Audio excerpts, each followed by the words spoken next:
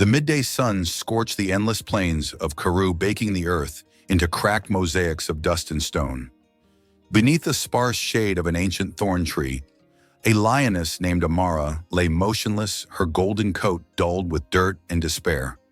Once the proud heart of her pride, Amara was now a hollow shell. Her amber eyes glazed and unfocused, her breathing shallow. Death had come silently and swiftly. A cruel sickness had stolen her cubs. Tiny, fragile lives she could not save. For days after, Amara had guarded their lifeless bodies, batting away circling vultures with the last shreds of her strength. But in the end, even her fierce devotion could not hold back the inevitable. When she finally stepped away from their shallow graves, it was as if her soul had been buried there too. Kano, the mighty lion who had stood by her through countless seasons, watched helplessly as Amara withered before his eyes. The once vibrant pride, once a roaring, living force of nature, now scattered and weakened without their queen or the promise of future generations. Kano's heart burned with frustration and sorrow. No amount of prey he dragged back to the den could reignite the light in Amara's eyes. She barely moved, barely ate her spirit, unraveling thread by thread. One night, under a black sky dusted with stars, Kano lifted his head and unleashed a roar so raw, so full of grief, it seemed to split the heavens. The sound echoed across the empty land, a desperate call to forces beyond his understanding. There had to be something, someone that could heal her. He could not, would not let her fade away. At first light, Kano left. He moved like a ghost across the plains, his massive paws stirring little dust as he passed over brittle grass and dry riverbeds. Days blurred together. He searched near the baobab groves, he wandered the rocky cliffs, he circled the dried-up watering holes where only cracked mud remained. Always searching, always hoping. Then on the fifth day, when even his mighty body sagged with exhaustion, Kano saw a flicker of movement near a scrubby patch of thorn bushes by the edge of the Limpopo River. At first he thought it was a jackal or a wounded bird, but as he crept closer, he saw a tiny figure, frail, trembling, and utterly alone. It was a puppy, thin to the point of transparency, its ribs sharp beneath matted fur. The pup whimpered and sniffed weakly at the dry earth.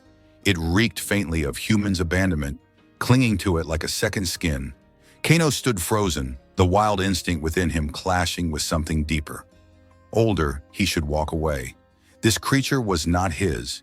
It had no place among lions.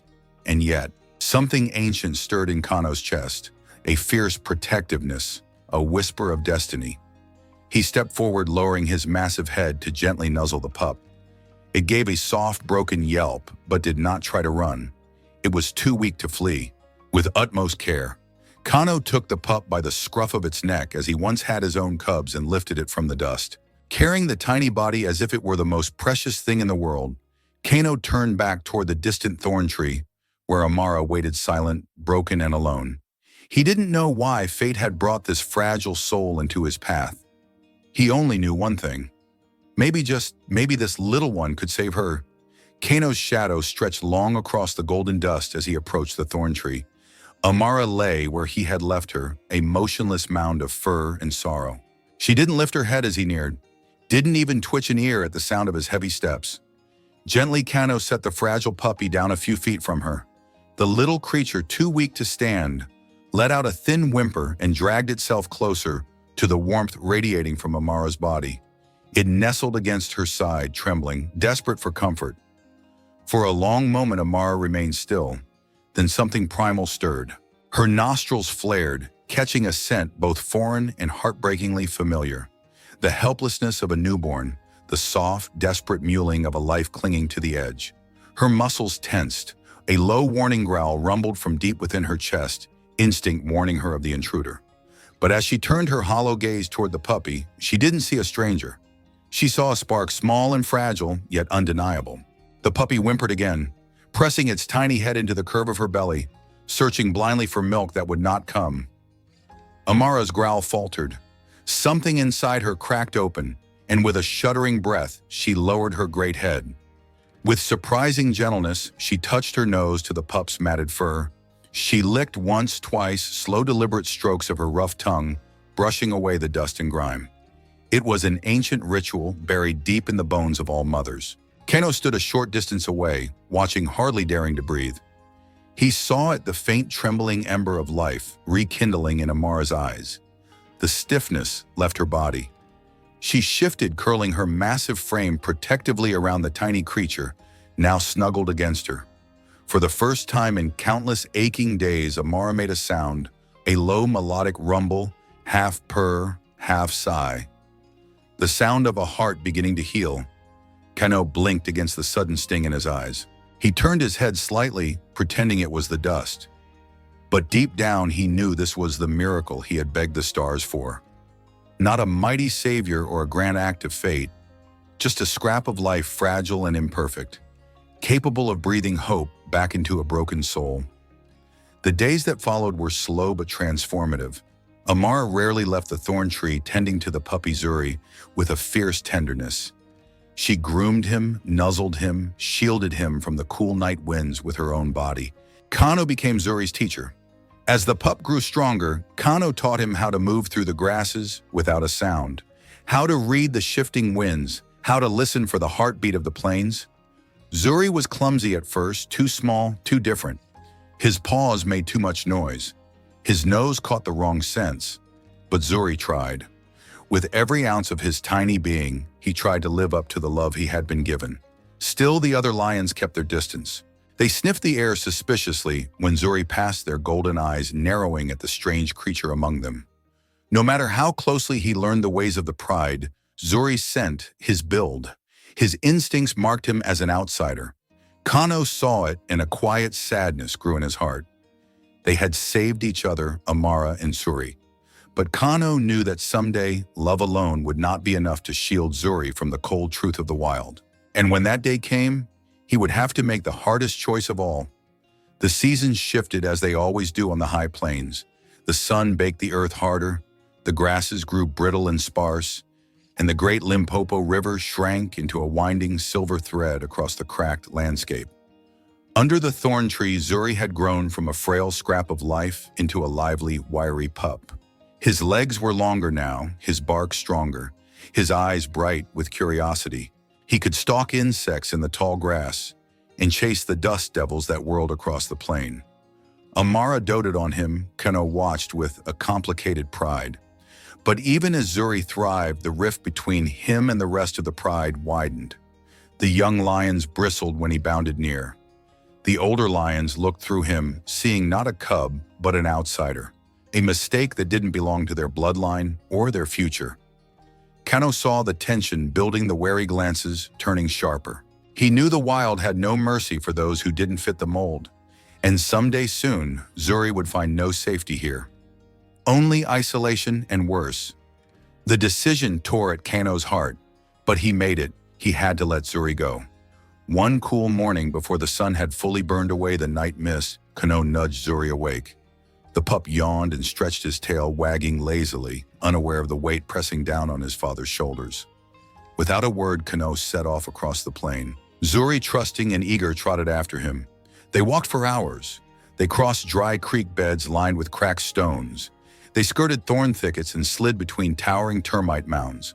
Once a pack of jackals slunk out of the brush, their yellow eyes gleaming with hunger. But Kano's low growl sent them scattering into the shadows. As they neared the river, signs of human life appeared: broken cart tracks, the distant smell of smoke on the breeze. Kano's muscles tensed. He hated the scent of humans, but he knew this was where Zuri's future lay. They crested a low rise, and there below them lay a small village tucked beside the winding Limpopo mud huts. Small fields, voices floating faintly on the morning air. Kano led Zuri down the slope, stopping just beyond the edge of the village, hidden by tall reeds.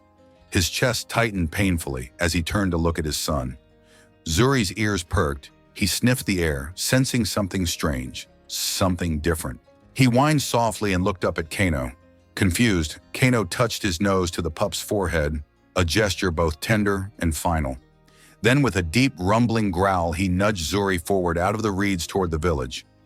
Zuri hesitated, then trotted uncertainly into the open. Within moments, his high, confused barking drew attention.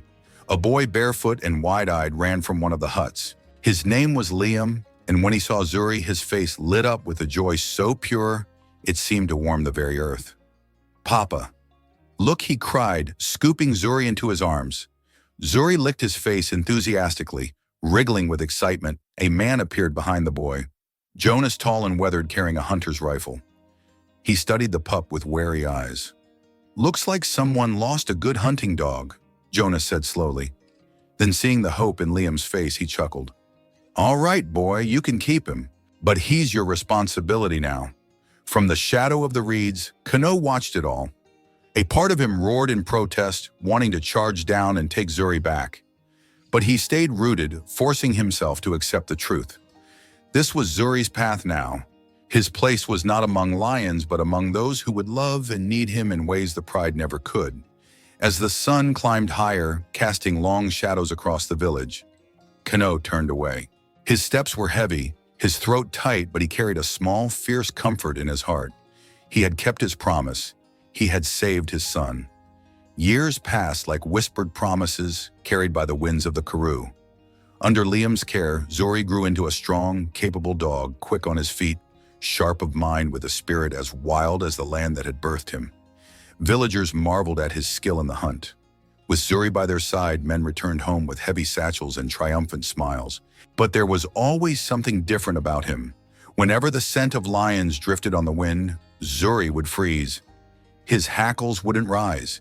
His teeth wouldn't bare. Instead, he would lower his head tail, tucked not in fear, but in a strange, reverent submission. It baffled Jonas, who had seen countless dogs snarl and bristle at the mere whiff of a lion's trail. Sometimes Jonas muttered about it to Liam over the campfire. "There's something old in that dog," he'd say, shaking his head. "Something I can't quite put a name to." One blazing spring morning, the sun already hot enough to shimmer the air by mid-morning, Jonas and Liam set out with Zuri trotting between them. They moved beyond the village fields, across the dry washouts and thorny scrub, searching for fresh game. But today Zuri was restless. He darted ahead, then doubled back, his nose sweeping the ground frantically. He whined at shadows, circled patches of empty air, as if chasing something just beyond sight. Jonas frowned, wiping sweat from his brow. Something's got him spooked. Liam, now a young man, gripped his spear tighter, senses prickling. They crested a small rise and froze. There, standing proud and terrible against the bleached blue sky, was Kano. The great lion's mane rippled in the hot wind, his golden eyes burning with a fierce, defiant light. Scars crisscrossed his massive frame, proof of battles fought and won. In his jaws, he carried a freshly killed antelope, blood staining the ground beneath him. Kano dropped the carcass and stared at the two humans and the dog below him. Tension electrified the air. Jonas instinctively raised his rifle, his hands steady from years of necessity. He aimed straight at the lion's broad chest. Kano's muscles bunched. A low rumble built in his throat, not a roar. Not yet, but a warning, a promise that he would not back down without a fight. Then, before the world could explode into blood and death, Zuri moved. With a desperate yelp, he launched himself between Jonas's rifle and the lion, planting his small, sturdy body in the path of the bullet that had not yet been fired. "No!" Liam cried out, lunging forward. Jonas hesitated, finger tight against the trigger. Zuri didn't growl, he didn't snarl. He simply stood there, tail still, body trembling, facing the man who had raised him and protecting the lion who had saved him. For a moment, the world held its breath. Jonas's face twisted, a battlefield of instincts warring inside him. Then, with a muttered curse, he lowered his rifle. Zuri whimpered in relief and fell back, rolling onto his side, exposing his belly. The universal sign of trust, of love, of surrender. Kano blinked slowly. He inhaled and a flood of memories hit him, the scent of dust and puppy fur, the desperate mewl of a tiny creature abandoned by the world. His massive head lowered fractionally in recognition. Across the distance, their eyes met. Father and son, separated by worlds but bound by something no distance could erase. Amara emerged from the grass behind Kano, her steps slow but steady. Her eyes shone as they fell on Zuri. Liam, standing breathless beside his father, understood then. Understood the mystery of his strange dog, the old soul that had lived within him all these years. Zuri hadn't been found. He had been given, and in the heat of that savage land, among creatures born to fight and to flee, love had chosen to endure. The tension melted from the air as if the land itself had exhaled. Kano stepped forward, first, moving with a majesty that only years of survival and heartbreak could carve into a creature. He approached Zuri slowly, deliberately, his massive paws silent against the dry earth. Zuri wagged his tail timidly, his whole body trembling with the need to belong. He lowered his head, whimpering in soft bursts of sound, like a child remembering a lullaby. When Kano reached him, he pressed his broad forehead gently against the pup's flank. It was a touch full of unspoken forgiveness, of love that had never faltered, despite distance and time. Behind Kano, Amara padded forward. She too lowered herself to nuzzle Zuri, her tongue sweeping over his dusty fur, just as she had when he was little more than bones and hope beneath a thorn tree. Liam and Jonas stood frozen witnesses to a reunion that transcended understanding. Liam felt something catch in his throat, a lump of wonder and bittersweet awe. Slowly the realization bloomed within him. This was not just a dog who had wandered into his life by chance. This was a gift delivered by the wild itself. A memory surfaced, faint tracks in the dirt near their home, the day they found Zuri, larger than any dogs forgotten, in the excitement of a new companion. Lion tracks, lion guardians, lion parents. Liam turned to his father. They gave him to us, he said, his voice thick. They saved him and they gave him to us. Jonas, the hardened hunter, wiped a rough hand across his mouth and nodded once, a gesture heavy with respect. Around them, the dry wind stirred, carrying the mingled scents of dust, sun, and something older, something sacred. It whispered across the plains, a silent hymn to love that defies blood and borders a song woven from loyalty, sacrifice, and the simple, stubborn refusal to give up on one another as the sun dipped low, painting the sky in strokes of fire and gold.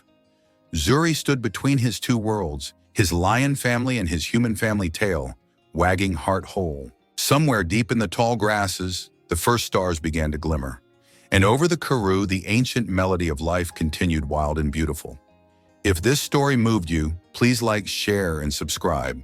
Tell us your thoughts in the comments. We love hearing from you. Thank you for being part of our journey.